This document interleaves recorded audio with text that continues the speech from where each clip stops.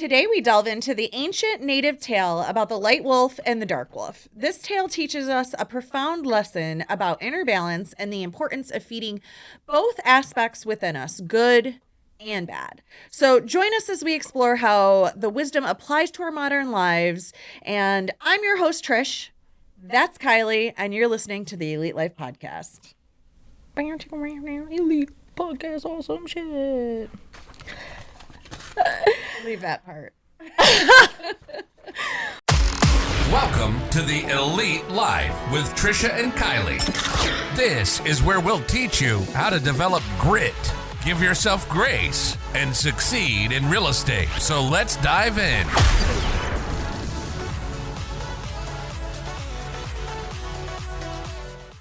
Welcome back, friends. Thanks for joining us on another episode of Elite Life Podcast. For those of you who are not familiar with this story, the story of the light wolf and dark wolf originates from the wisdom of the Cherokee people, I think, but don't quote me on that. But the story explores the duality of human nature. And in this tale, it is said that within each of us resides two wolves, the light wolf and the dark wolf. Yeah, in the story, it talks about how a kid's going to his grandfather, and the grandfather's like, yeah, you know, there's a light wolf, there's a dark wolf, and the kid goes, well, who wins? And the grandfather says, whichever one you feed. Mm-hmm. And so the light wolf embodies positive qualities like love, kindness, compassion, understanding. And then the other hand, the dark wolf is supposed to represent our negative emotions, anger, jealousy, fear, hatred, and understanding that both wolves are inside of us, right? All of these things are inside of us, and they're both continually battling for dominance within our heart. Yeah, and it's essential to understand that feeding the dark wolf doesn't mean like indulging in negativity or negative, harmful behaviors, because nobody's here promoting that, you know, but instead it reminds us to acknowledge and accept our darker emotions without judgment. Because denying them can really lead to suppression, inner conflict, and ultimately making the dark wolf more powerful and uncontrollable, like a wild animal that's hungry and you're not feeding it. So now it's circling you, waiting for you to pounce. Yeah. And I thought I was trying to think of some examples of this, and two major ones that came to me are number one, I am a stuffer. I'm an emotion stuffer. Oh, me too. I call it bottling. We bottle our feelings. Yeah, I'm a stuffer. So I try really hard to be like the positive person, and like I often don't feel like I can express all of my true emotions. And I mentioned it earlier today when I was talking about, like, you know, someone asked like, oh, how's your day going? And every once in a while I'll be honest and I'll be like, it was absolute garbage. Like, it's just been a terrible day. Trash. And they stop and they just look at me, and I immediately am like, well, that's not what they wanted to hear. So this is why I can't answer honestly, which sucks. Okay, number one, that sucks. Like, can we allow people to say my day is garbage and then just acknowledge that and be like, hey, is there a way I can come alongside you and make it better, instead of just looking at them with this look on their face like, wow, I didn't expect you to be so honest. I expected you to say it's fantastic, because you always say it's fantastic. Because here's the thing, all of our days aren't always fantastic, right? So unfortunately, I very, very, very seldom feel like I can answer that honestly. So I stuff all of these feelings inside.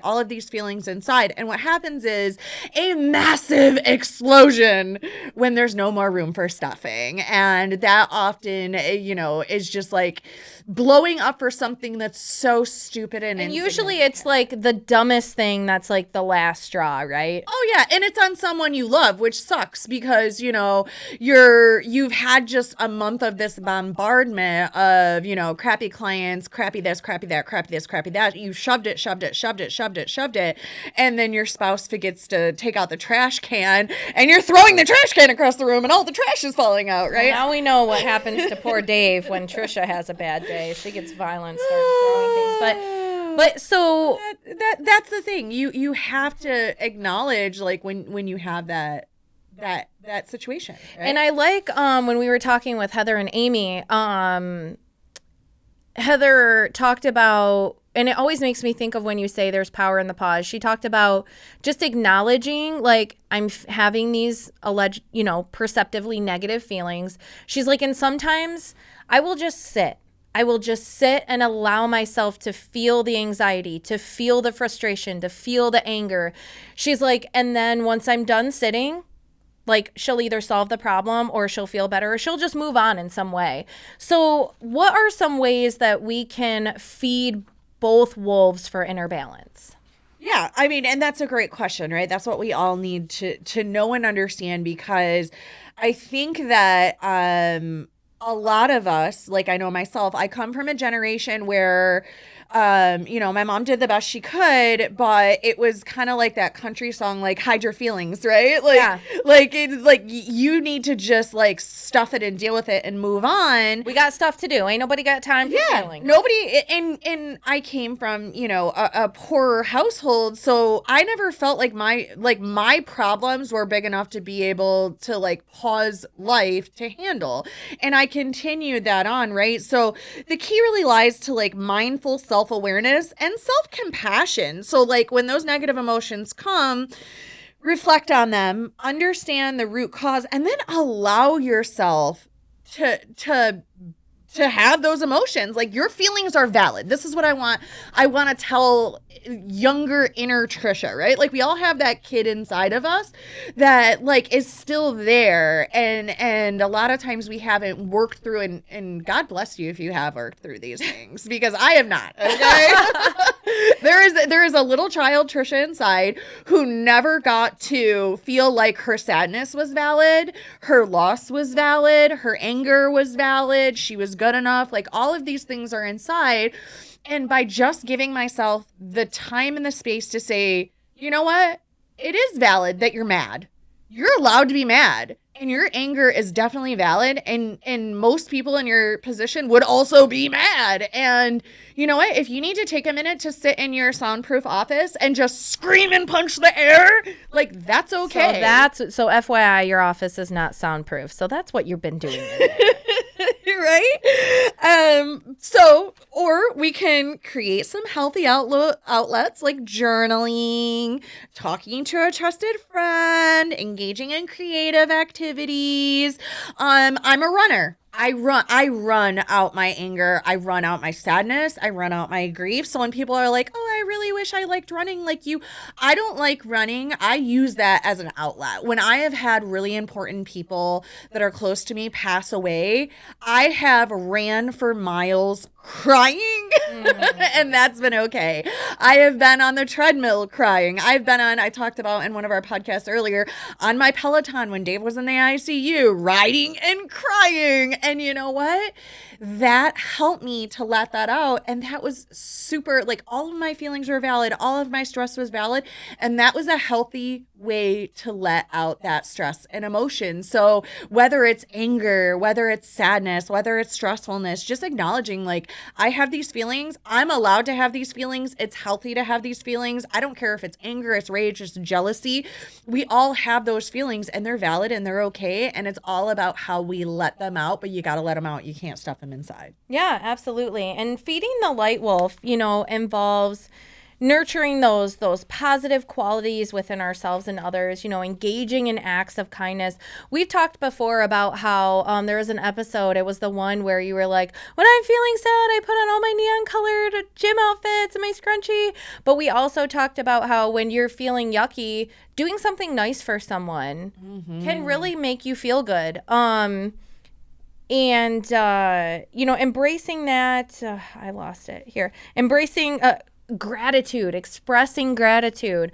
There are days where I'm feeling really crappy and I realize, because my kids have treated me like garbage all day. So then I think about how I treated my mom like garbage. So I'll call her and be like, Mom, I just love you. I just thank you. You're a saint. There's a special spot in heaven for you for saving my ass every single time without fail and zero questions. So sometimes those are really good ways for you to feed the light wolf too.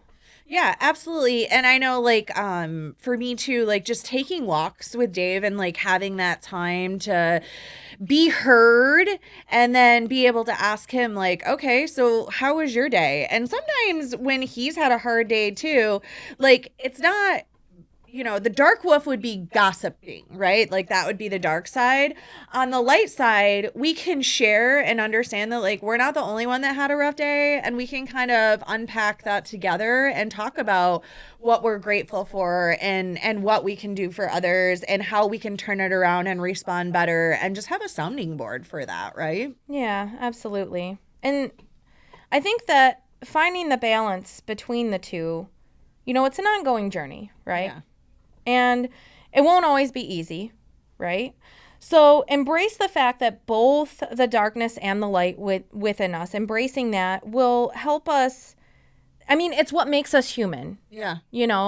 And I think that it's okay to ask for support from loved ones. Like I'm so thankful for the open communication I have with you and my mom and Ryan and my other friends who just genuinely know me. There's very few people in our lives these days as adults that we can be 100% raw with. And so when I'm mad at Ryan, I'll call my mom and I will just run down the list. And when I'm done, she's like, "Do you feel better?" I'm like, "Yeah." And I've taken the time to get all of the negativity out of the way to realize what I'm complaining about is usually me. The problem is me. It's not Ryan or what he did or didn't do or the kids or what they did or didn't do. And it all starts with me. But getting all of that out of the way to my mom or to Ryan or to you or to Amanda or to Bevan, like that really helps me be a better person and show up as a better human. And I think because I'm venting, I'm feeding the dark wolf, and by venting I'm also feeding the light wolf because we're moving on, we're getting it out of our system. Does that make sense? Yeah, I mean, what you're doing is you're embracing your full range of emotions, and that's the key to self-awareness. And guess what? That's the key to personal growth, right? And that's what we're all trying to do, because when you suppress that dark wolf, it can lead to outbursts, emotional turmoil, and nourishing that light wolf brings us closer to a fulfilling and compassionate life. And just understanding that, like, again, all of your feelings are valid, and it's okay. Sometimes I think people will sit there and they're like, "Why am I so angry inside?" And instead of understanding that, like, hey, my anger is valid because I'm going through like a really like I'm in a crappy relationship, or I'm in a toxic relationship with a boss or with my kids or whatever. Like, instead of acknowledging like all these feelings are valid, it gives me something to work on and unpack. Let me sit down and write out some action steps or talk to a friend about how I can work through that, instead of just going, "Well, I'm crazy. I guess that's just how I am. I'm broken," right? Like, we need to acknowledge, like, we all have all of these feelings inside, and we give that dark wolf that attention and say, "Hey, I get it. Like, you're here. Now, how can I feed my light wolf in a way that it is bigger than my dark wolf," right? So that the right emotions are coming out and I'm feeding the right side. I'm not giving into that gossip. I'm not giving into that anger. I'm not feeding those bad habits. Instead, I'm nourishing those good habits with exercise, with personal development, with relationships, with open communication. And I love what you said too before we wrap up, is you said a lot of times it's me, I'm the problem. And I think that a lot of our emotions come from not the other person, but the anger on ourselves, because like I said, we were talking about, if you remember our Wednesday accountability call, we were talking about the things that we don't want to do that we have to do this week. Yeah. And mine was, I didn't want to call a client, not because of them or how they would react, but because I made the mistake of telling them something verbally that I should have waited until I had in writing. And I'm mad at myself because now I have to deal with this situation that I teach others how to handle properly, and I did not handle properly because I was excited. I was coming out of a place of excitement for them because what I was being told was going to be a really good solution for them.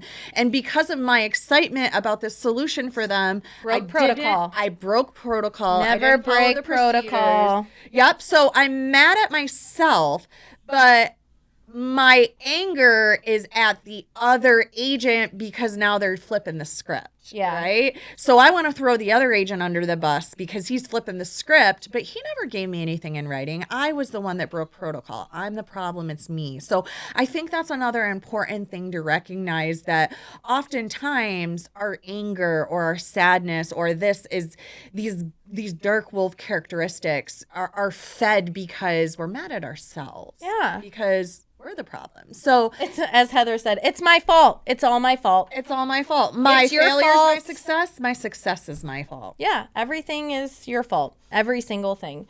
And I think this circles kind of back to what we want to push through this topic is, number one, this story resonates. Like, it truly reflects the duality of human nature. And the important thing is you cannot lock up your crunchy feelings or anything that's bothering you. Like, you can't suppress the darkness because it leads you to unhealthy places. And I think that was it. And that's all, folks, in the words of the great Bud Bunny.